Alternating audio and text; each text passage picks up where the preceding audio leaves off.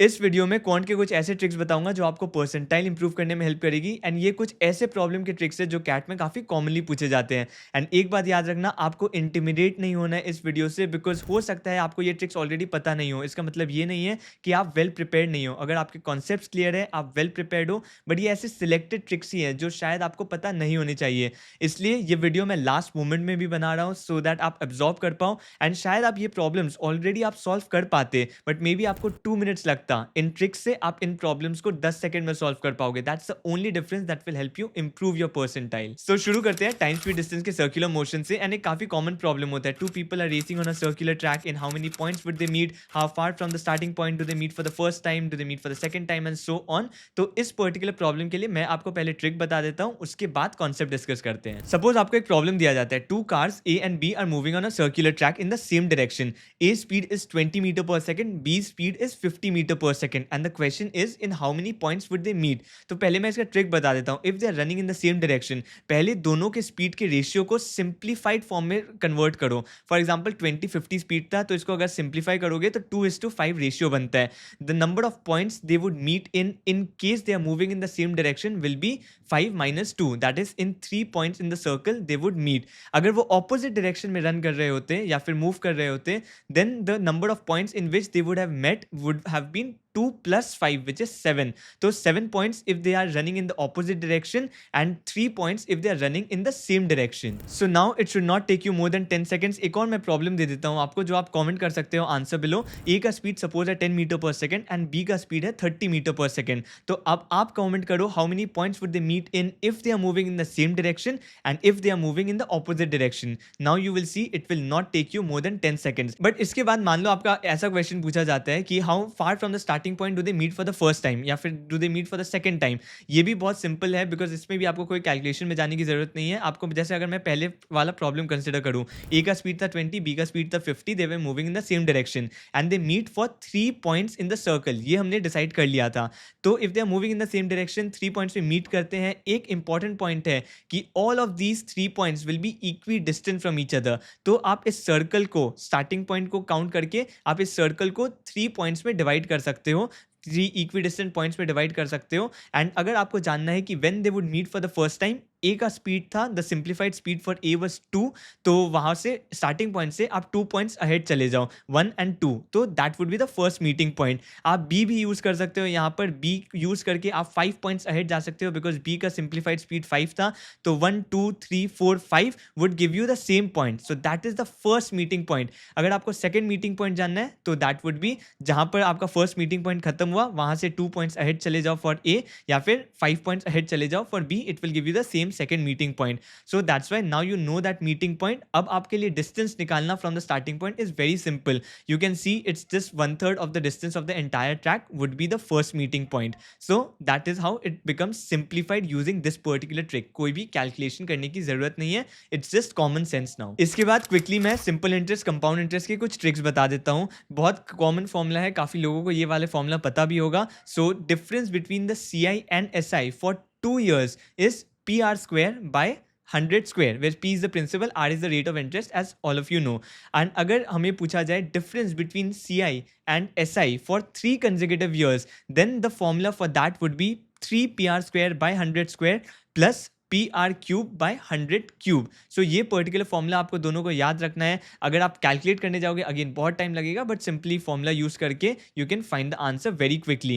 And एक और particular thing है यहाँ पर, the time taken to double your money in compound interest. If the rate of interest already R is given, then the time taken to double that money in compound interest would be 72/r। यानी कि मान लो आपको बता दिया गया है कि rate of interest is suppose 8% and how much time will it take to double your money. तो आपको सिंपली 72 डिवाइडेड बाय 8 करना है। The answer that you will get is 9 years your money will double at a compound interest invested in 8% compound interest. इसके बाद because we are in arithmetic, तो time speed distance का एक और trick cover कर लेते हैं। सपोज एक काफी कॉमन प्रॉब्लम आता है, suppose a particular person moves up the hill at an average speed of S1 and comes down the hill at an average speed of S2, then you have to calculate the average speed of the entire journey. तो ये basically आप अगर calculation में जाओगे आपको पता लगेगा कि this is nothing but just the harmonic mean आपको कैलकुलेट करना है। So the formula for the total average speed of the journey, average speed of the complete journey would be 2s1 s2 divided by S1 plus S2। तो यहाँ पर मैं आपको एक problem देता हूँ, आप कमेंट करना इसका आंसर सॉल्व करके। Suppose there is a man who goes up the hill at a speed of 40 kilometre per hour and comes down the hill at a speed of 60 kilometre per our.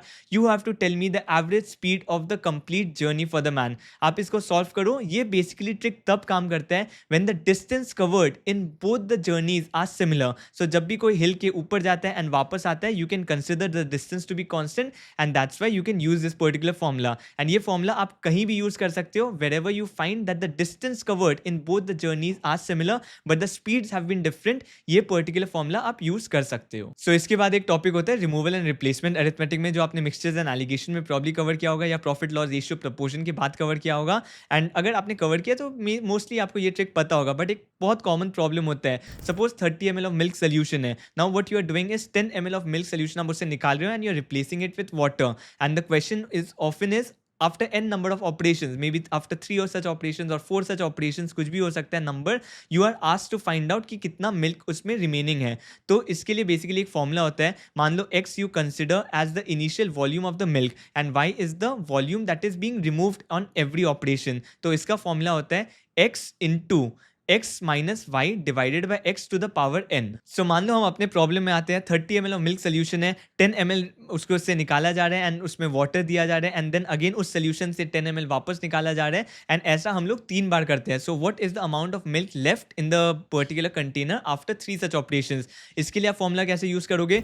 30 into 30 minus 10 divided by 30 to the power 3। इसमें वो simplify करके जो भी आपका value आएगा that will be the amount of milk left in the solution after 3 such operations. इसके बाद time speed distance में एक टिपिकल प्रॉब्लम होता है, उसका ट्रिक बताता हूँ। आपने भी सॉल्व किया ही होगा इस पर्टिकुलर प्रॉब्लम को। सो मान लो एक स्विमिंग पूल है and there are 2 swimmers A and B at 2 ends of the swimming pool and now they are swimming towards each other. So बहुत ध्यान से सुनना ये प्रॉब्लम को, टिपिकली ये प्रॉब्लम को समझने का ट्राई करना एंड आप इसको बहुत सारे केसेस में अप्लाई भी कर सकते हो।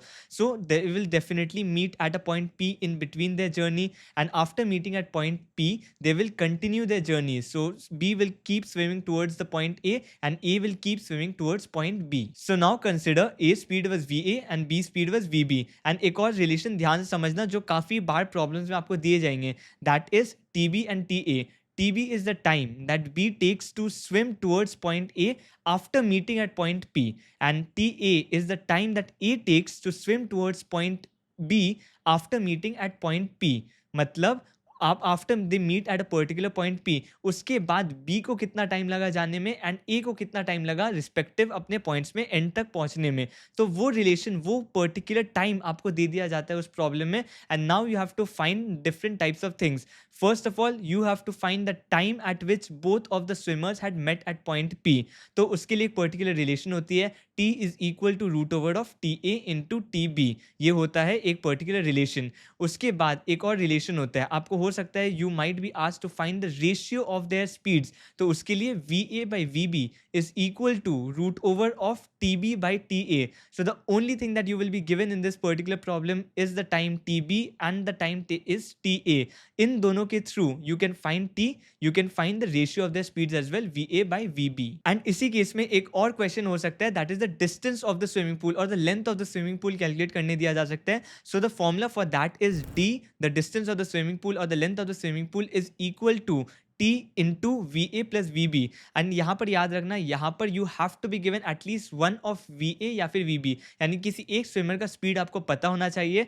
T you can calculate from TA and TB, आपको T कैलकुलेट कर लोगे एंड आपको रेशियो मिल जाएगा VA एंड VB का। तो कोई भी अगर आपको एक स्पीड पता है you will be able to find the length of the swimming pool as well. So ये कॉन्सेप्ट क्लियर करने के लिए मैं आपको एक कैट का क्वेश्चन दिखाता हूँ, आप इसको सॉल्व करना, आपका कंप्लीट कॉन्सेप्ट सॉल्व हो जाएगा। The only thing that you have to do is आपको प्रॉपरली आइडेंटिफाई करना पड़ेगा कि TB का वैल्यू क्या है, TA का वैल्यू क्या है from this particular problem and after that it should not take you more than 30 seconds. And ये याद रखना, इस बस आपको फॉर्मूला याद कर लेने से शायद आप एग्जाम में जाके डायरेक्टली यूज नहीं कर पाओगे। That's why I suggest you, आपके कॉन्सेप्ट बस तभी क्लियर होते हैं जब आप इन फॉर्मूला को यूज करके कोई एक पर्टिकुलर प्रॉब्लम सॉल्व करोगे। इसलिए आप जितना ज्यादा मार्क्स दोगे, ऐसे प्रॉब्लम्स एनकाउंटर करोगे and you start using these tricks in your particular to solve those particular problem, then first of all आपका कॉन्सेप्ट भी क्लियर होगा, उसके बाद आपको कॉन्फिडेंस भी आएगा to start using these tricks in your real exam. And इसलिए मैं आपको बोलता हूँ आपको ज्यादा से ज्यादा मार्क्स भी देने हैं। एंड यहाँ पर also let me give a shout out to the partners of this video, Oswaal books, जिनका 15 मॉक पेपर्स वाला book you can definitely use in the last 30 days and that will definitely enhance your preparation. इस particular book में basically आपको 15 mock test papers मिल जाएंगे, so CAT level questions मिल जाएगा, across the 3 sections के questions रहेंगे, verbal, DI, LR and quant, and obviously previous year CAT papers भी है यहाँ पर, तो आप पहले वो सॉल्व कर सकते हो, उसके बाद इनका जो मॉक पेपर्स है वो सॉल्व करना स्टार्ट कर सकते हो। A good thing about this book is आप ये मॉक सॉल्व करने के बाद उसके बाद आंसर्स चेक कर सकते हो, but after that there are some QR codes as well. आप बस वो क्यूआर कोड अगर स्कैन करोगे तो उन पर्टिकुलर क्वेश्चंस के डिटेल सॉल्यूशंस भी आपको मिल जाएंगे, so you can use that for your preparation as well. And along with that इस पर्टिकुलर बुक में आपको काफी सारे ऐसे स्मार्ट शॉर्टकट्स, रिवीजन नोट्स भी मिल जाएंगे जो आप यूज कर सकते हो अपने डेली प्रिपरेशन के लिए। सो you can definitely use this book in the last 30 days। It will definitely help you boost your preparation, specially आप जितने ज्यादा क्वेश्चन सॉल्व करोगे उतना ज्यादा यूजफुल रहेगा आपके लिए। उसके साथ साथ इनके कुछ डिस्काउंट्स भी चलते हैं बंडल्स में, फॉर एग्जाम्पल इनके पास कैट 25 ईयर सॉल्व पेपर भी है, तो आप वो बुक भी बाय कर सकते हो along with this particular book in a bundle. अगर वो डिस्काउंट चल रहा है आप देख सकते हो, मैं लिंक डिस्क्रिप्शन में डाल दूंगा as well as I will put it in the pin comment. आप वहां पर ऑफर्स एंड डिफरेंट बुक्स देख सकते हो and you can buy it from there. उसके बाद एक परम्यूटेशन एंड कॉम्बिनेशन का प्रॉब्लम सॉल्व करते हैं, एक ट्रिक सीखते हैं, and this is my favourite trick because it definitely gives you a competitive advantage. Suppose एक प्रॉब्लम है, select 3 items out of 20 items in a row such that there is a gap of at least 2 between any 2 chosen items। तो ये particular problem आप कैसे solve करोगे? देखो normal method थोड़ा difficult लगेगा, यूजुअली ये बहुत डिफिकल्ट प्रॉब्लम्स में आता है। आपने प्रॉब्लम्स ऐसे देखे होंगे, select 3 non consecutive items out of 20। सो ये एक टिपिकल प्रॉब्लम है जो आप अगर कॉमन मेथड से सॉल्व करने जाओगे तो थोड़ा टाइम लगता है, बट इट्स स्टिल सॉल्वेबल। जब 2 का गैप दे दिया जाता है तब तो वो और डिफिकल्ट बनता जाता है। बट आप को कोई भी मिले गैप ऑफ 2 या गैप ऑफ 3 या फिर gap of 1 is basically non consecutive items, आप एक ही पर्टिकुलर ट्रिक यूज कर सकते हो, एंड दैट इज आप सिंपली लिखो a + b + c is equal to 20 पहले, because there were 20 items and there you had to choose 3 items, so a b c are the 3 items and 20 is equal to 20 आप लिखोगे। उसके बाद जितना भी gap है आपको बस वो प्लेस कर देना है, that is A and B के बीच में 2 गैप ऐड कर दो, दैट इज a+2, बी और सी के बीच में 2 गैप ऐड कर दो, दैट इज b+2। तो a+2 + b+2 + c is equal to 20, a + b + c become 16, your final answer become 16c3। अगर आपको गैप ऑफ 2 रखना है 20 आइटम्स चूज करने में, योर आंसर बिकम 16c3। सो मान लो गैप ऑफ 3 दे दिया जाता है यहाँ पर, तो it would have been the same thing, a + 3 + b + 3 + c is equal to 20, यानी कि आप सिंप्लीफाई करोगे तो a + b + c is equal to 14, 14c3 हो जाता। एंड मान लो 3 नॉन कंसेक्यूटिव आइटम्स चूज करने हैं आउट ऑफ 20, तो नॉन कंसेक्यूटिव मतलब गैप ऑफ 1 एटलीस्ट, तो a + 1 + b + 1 + c is equal to 20, finally simplify करोगे तो आंसर विल बी 18c3। सो आपके सॉल्व करने के लिए एक पर्टिकुलर प्रॉब्लम देता हूं, select 3 items out of 10 items in a row such that there is a gap of at least 3 between any 2 items that you choose. तो इसको सॉल्व करके आप कमेंट कर सकते हो अपना आंसर। एंड इसी ट्रिक का एक एक्सटेंशन होता है, अगर इन अ रो के बजाय आपको सारे आइटम्स एक सर्कल में प्लेस कर दिए गए हैं तो वो थोड़ा कॉम्प्लिकेटेड हो गया, बिकॉज आपको समझ में आ रहा होगा कि अब यहाँ पर आपके पास 2 कंसेक्यूटिव आइटम्स हो जाते हैं। For example for the last item, जो फर्स्ट आइटम था वो भी कंसेक्यूटिव है and the second last item is also consecutive one for that, so वो थोड़ा ट्रिकी हो जाता है। यहाँ पर कभी भी आपको गैप ऑफ 2 गैप ऑफ 3 के क्वेश्चंस नहीं आएंगे, बिकॉज वो तो बहुत ज़्यादा ही एडवांस एंड बहुत ज़्यादा एलैबोरेट हो जाता है। But yes, you can be ask questions on non consecutive items to select non consecutive items in a circle. उसका भी डेरिवेशन काफ़ी लॉन्ग है, बट मैं आपको फॉर्मूला बता देता हूँ which will help you. So suppose the question is to select are non-consecutive items from n things kept in a circle. So इसका फॉर्मूला होगा n minus r plus 1 cr minus n minus r minus 1 c r minus 2. So बस आपको r identify करना है, n identify करना है question में, simply put it in the formula and it should not take you more than 30 seconds to solve now. So काफ़ी competitive advantage मिल जाएगी, because जो एलैबोरेट डिटेल सोल्यूशन है वो काफ़ी बड़ा है इसका। उसके बाद ये पर्टिकुलर मैं कंपेटिटिव एडवांटेज इसलिए भी बोल रहा हूँ कि काफ़ी सारे DILR सेट्स भी आए हैं ऐसे। फॉर एग्जाम्पल पहले चेयर्स को रो में रख दिया था, now you have to select certain number of people from these many people, in how many ways can you choose. उसके बाद उस पर्टिकुलर रो को एक सर्कल बना दिया, उसके बाद again you have to choose some non consecutive people from a group of these many people. तो ये 4 questions in a particular DILR set भी इस पर्टिकुलर कॉन्सेप्ट से बन सकते हैं, एंड पहले कैट में आए भी है। And imagine the kind of competitive advantage someone who knows this formula would have got in that particular set. Complete set उनका 3-4 minutes में solve हो गया होगा. So that's the kind of advantage this particular trick would have given them. इसके बाद चलो कुछ identities discuss करते हैं. Algebra में जाते हैं and simply अगर ये identities exactly आते हैं, आप बस formula use करके इसका आंसर निकाल लोगे, बिकॉज अदरवाइज अगेन बहुत डिफिकल्ट हो जाता है, आपको अज्यूम करने पड़ते हैं. अलजेब्रा का वो डिटेल्ड इन सीरीज को सॉल्व करना थोड़ा डिफिकल्ट होता है, but these are very commonly asked questions as well, इसलिए आप फॉर्मूला डायरेक्टली याद कर सकते हो. First identity is root over of n plus root over of n minus root over of n plus up till infinity. So इसका formula होता है 1 plus root over of 4n minus 3 divide by 2. उसके बाद दो और identities ऐसे होते हैं, root over of n minus root over of n plus root over of n minus and so on and on till infinity. इसका formula होता है -1 plus root over of 4n minus 3 divide by 2. उसके बाद last एक identity होती है root over of n root over of n root over of n till infinity. इसका answer होता है n. इसके बाद एक बहुत कॉमनली आज सीरीज होती है, that is 1/2 plus 3/2 square plus 5/2 cube plus 7/2 to the power 4. आपको वैल्यूज नहीं देखना है यहाँ पर, बट आपको पैटर्न आइडेंटिफाई करना है, because that will help you solve similar type of problems. ऊपर में देखो, ऊपर में आपको एक AP मिलेगा 1 3 5 7 का, एंड नीचे देखोगे आपको एक GP मिलेगा 2 2 square 2 cube and so on का. तो आपको ये पैटर्न आइडेंटिफाई करने हैं. जब भी आपको कोई ऐसा प्रॉब्लम दिया जाता है जहाँ पर ऊपर एक AP रन हो रहा है एंड नीचे एक GP रन हो रहा है एंड वो फ्रैक्शन में टिल इन्फिनिटी कंटिन्यू हो रहा है, देन उसका एक फॉर्मूला होता है एंड वो आप नोट डाउन कर सकते हो. सो इसका फॉर्मूला है A into b divided by 1 minus r plus d into b into r divided by 1 minus r whole square. And यहाँ पर a is the first term of the AP, b is the first term of the GP, d is the common difference of the AP and r is the common ratio of the GP. तो मैंने जो आपको series बताई थी उसमें अगर आप जाओगे तो आप देखोगे the first term of the AP is 1, तो a is equal to 1, b is equal to the first term of the GP. यहाँ पर the first term of the GP is half, याद रखना 2 नहीं, इट विल बी हाफ, तो half हो गया. उसके बाद d is the common difference of the AP, यहाँ पर आप देखोगे 2 is the common difference, so d is equal to 2 हो गया.